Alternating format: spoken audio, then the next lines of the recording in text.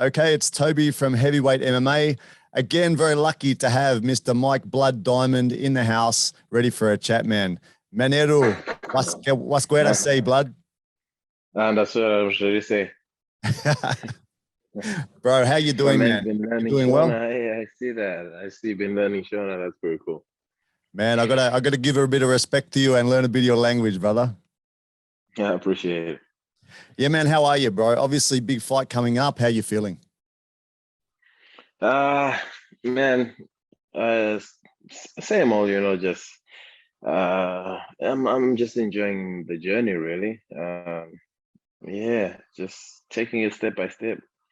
Well, that's what happens, bro. When you've had such experience as you have, hopefully nothing phases you too much, and that's a good thing, man. I saw a photo of you with Dave Wood, Izzy, Carlos Ulberg in the pool doing something like pool hugging. Looked like some sort of man love going on there, man.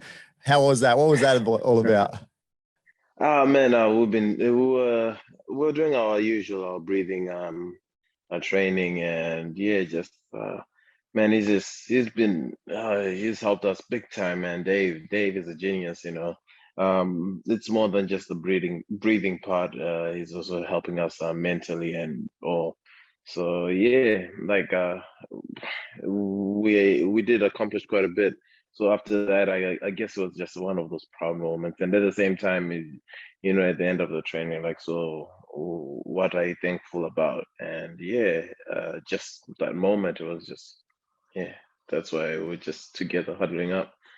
That's a beautiful moment. Yeah. That's good, eh? Hey, Dave Wood, to anyone that doesn't know, integrated health specialist, works with these guys from CKB and many other people. One of his main aims is to remain calm under pressure, helps people to remain calm under pressure. How do you feel with that sort of training, man? Breath training to, regulate your breath to be able to handle stressful situations, man. How is it? It's basically, it's definitely a game changer, he puts us in uncomfortable situations and just helps us be comfortable in an uncomfortable situation. I mean, we can see, we've seen the results that he's given us. When Kai fought, not the last fight, but the one before, he was put in a tight, what is it called, rear naked, and you could see Kai was not freaking out, wasn't phased or anything, and he managed to escape it. That moment where you would think, oh yeah, it's done, and us teammates are freaking out, but he was just calm, cool, and collected, and he got out of it. So yeah, that's testimony to show what Dave is helping us with is it works. That's it, man. I also heard that Brad Riddell obviously takes it on as a real thing to learn, and you can see from his sort of level of output that he can maintain for a full fight to attest to like how good his breathing is to be able to fuel that. Yeah, for sure, man. Yeah, it's just something we never really a lot of athletes never really thought of, that kind of training, but yeah, it's real beneficial. That's it, man. And for this early part of 2022, man, it's a bit of a Kiwi takeover, man. We've got you fighting along with Carlos Ulberg versus Fabio Tarrant, and then we've got Izzy fighting Robert Whittaker. We've also got Kai's fight coming up that's just been announced against Askar Askarov, man. It's pretty big time for your gym. Yeah, staying active. Yeah. That's it, man. So talking about your fight against Orion Cosce, just want to know, obviously this looks to me like a classic striker versus grappler match. Do you kind of see it like that? I mean, yeah, the guy has a wrestling background, but here he can throw hands as well. So I just see it as a fight. Yeah, it's just a fight to me. And what do you see as dangerous from him, Mr. Orion? What do you see from him as dangerous to you? Man, like he's good at his skills, and also that the fact that he just came off a loss, so like anyone else who's came off a loss, like I've lost in that drive you get to get back in and redeem yourself, that's probably gonna be the most dangerous part of it, because he really wants it, you come into the UFC and something like that, you get a loss, you really want to redeem yourself. So he'll be definitely coming for redemption. Yeah, man. And like you said, you're enjoying the journey, man. How is the training going? And what's your sort of daily routine when it leads up to a fight like this? Man, it a lot of people always say this has been the best camp and all that.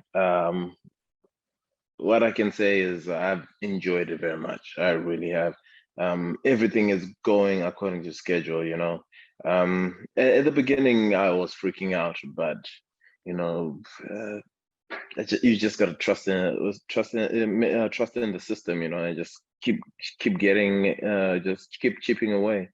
What is it called? And I guess just working away. And I've got, like, my team has, with including Dave. I've also got Jordy, who's been helping me out with my fight dietitian. And it's like, for once, I don't feel like I'm even like cutting weight or anything. I'm more focused on my training. So I've got nothing else to worry about but just train. That's good, man. Sounds like you're in a good place. Now, man, you've done a couple of interviews lately. I've seen a few of the same questions asked, and you're going to get smashed once you get to the States, right? Because a name like Blood Diamond, everyone's going to want to come and talk to you. They're going to ask you the same fucking questions over and over again. I got a few questions. The first two are probably ones that you've heard before. After that, I just thought of a couple of strange questions for you just to make it a bit more interesting, bro. So you're right to go. Only got 9 questions, bro, and then I'll let you go. So first one, where did the name Blood Diamond come from? And I've heard from reliable sources that the normal story you tell is someone has called you a bit. I've heard from reliable sources that that's not the case. It was from back in the days, the nightclub days, that you were known as a guy that used to like wearing diamond rings on your right hand, because when you hit people, it would cut them and cause blood. And that's where the Blood Diamond came from. Is that correct? Close to it. Close to it. All right, bro. Second question. Let's move on. Chinese name, bro. Back in when you were fighting in China, did you have a Chinese name that they used to call you by? Actually, yeah, Xuezuan. And again, it translates to Blood Diamond. Awesome, awesome. Hey, so even your nightclub exploits found their way to China. That's amazing. 3, what is your favorite strike to deliver on an opponent? I don't know. I really don't know. Because my style is one of those, like, things just happen, so I cannot say I've got a particular one that I favor more than the other. I just like to try things, just try new things, test the waters. Style, new things. That's it. Mix it up. And then on the same sort of note, you might be the same answer for this one. Favorite target on an opponent? Probably the body. The body. Yeah, I love the body shots too, man. Can take a person's heart, right? That's it. It's a different feeling, It's just like, All right, bro. Only 5 more questions, get a little bit more interesting. So if you could compare your fight style to an animal, what animal would it be? Ooh.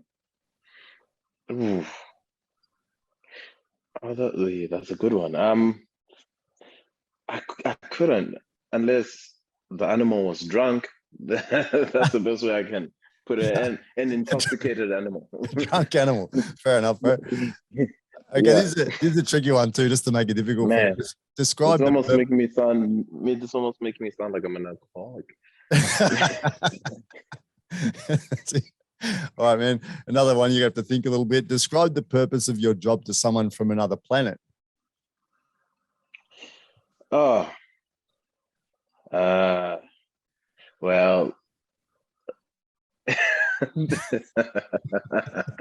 can I describe that? My job, it is entertaining.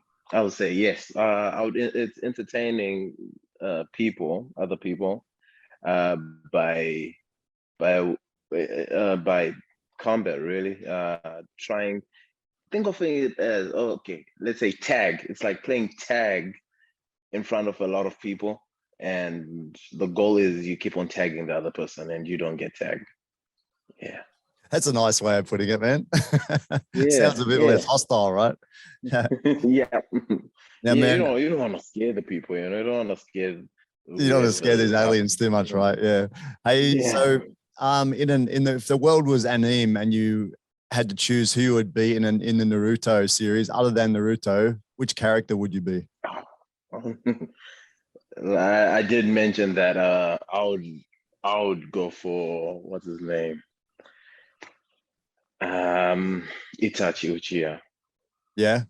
I was actually looking last night. I think Tobirama kind of suits my name, right? Like Tobirama. So I think it'd have to be Tobirama Senju. I think it'd have to be. I can't choose for myself. I can relate with it. Like, for me, the way I see it is like, because he's like the man of Genjutsu, right? One minute you think something's happening, and then boom, all of a sudden, whoa, am I in a dream? So it's almost like my fighting style. One minute you think I'm gonna do something, and then you're in a Genjutsu. It's too late. That's it, man. Okay, 2 more questions. If you could take, kind of on the same lines, if you could take any superpower into the cage and fight, what would it be and why? Yeah. That's just, I cannot super. Yeah, nah, that's a weird one. Because no matter what, there's always going to be like something that's gonna counteract it. But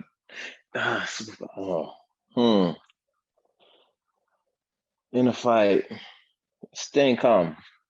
Staying calm. You probably already mastered that superpower, man. To an extent. We are working on it. We are working on it. Okay, man. So I've got one last question. Is an interesting one. Would you rather fight 100 duck-sized Francis Ngannou's or 1 10-foot tall sized Francis Ngannou? I beg your pardon, what? Would you rather fight 100 duck-sized Francis Ngannou's or 1 10-foot tall sized Francis Ngannou? Can I choose not to fight Ngannou at all? I don't know. 100 little ones chasing after you, or a 10-foot tall one. Which one's better?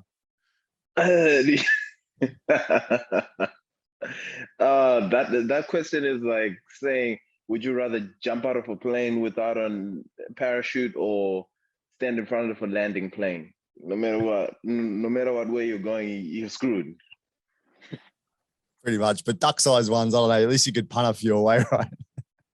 Oh, they're a lot. It's 100. That's right. It's a numbers game. It's a numbers game. It's a lose-lose. Yeah. No matter what. That's it. Okay, maybe I'll take the giant, because that way it finishes faster. That's it, man. Yeah. Anyway, I guess I'm dealing with one enemy. That's it. Yeah. And so I've given you enough wacky questions, man, and kind of made you feel a bit awkward. So we'll jump to the end, bro. And all I want to say, man, is we all are looking forward to you putting on the show that you've said you're going to do. We all want to see you successful in your debut UFC fight, man, and all looking forward to it. Wishing you the best of luck, man. Thanks for your time and best of luck. I appreciate it. Oh, thank you very much, man. Yeah, catch up soon again, yeah? Cheers, bro. Thanks, man. Have fun with the whole experience, eh? Thank you. Cheers.